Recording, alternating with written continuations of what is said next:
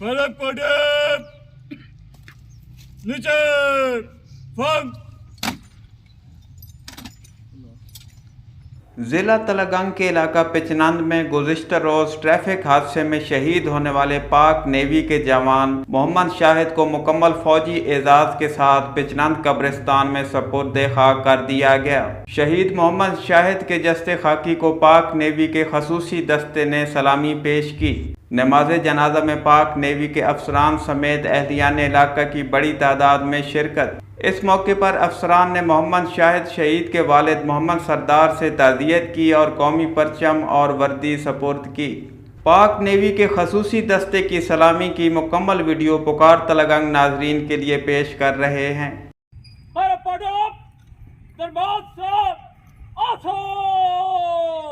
चल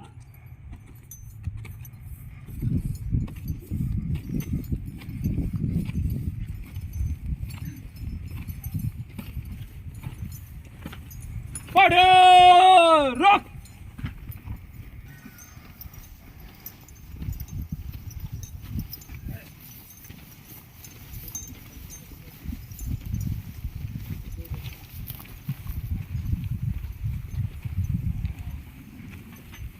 नीचे फंग।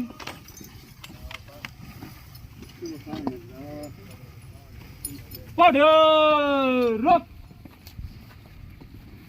कलमा शहादत।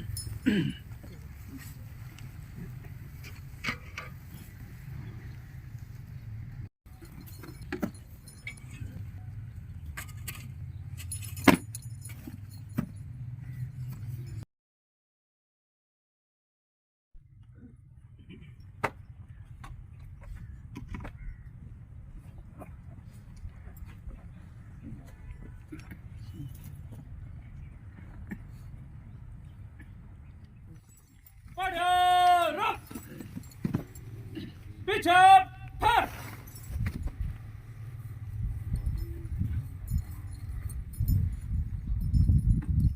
जिंदा फंग।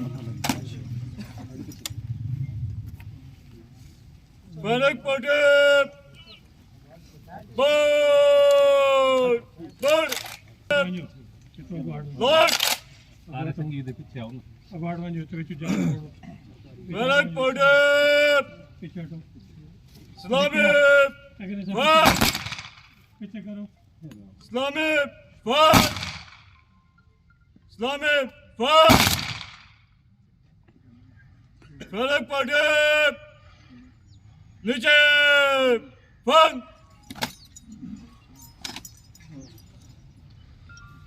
फलक पटे शुदा सलाम सलाम फंग।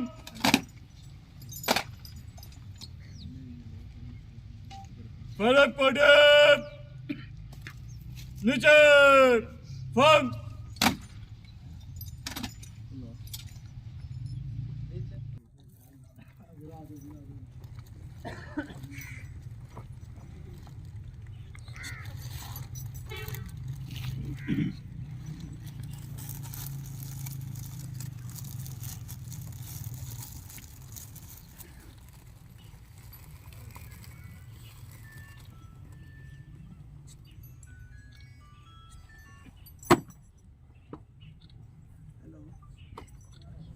जी जी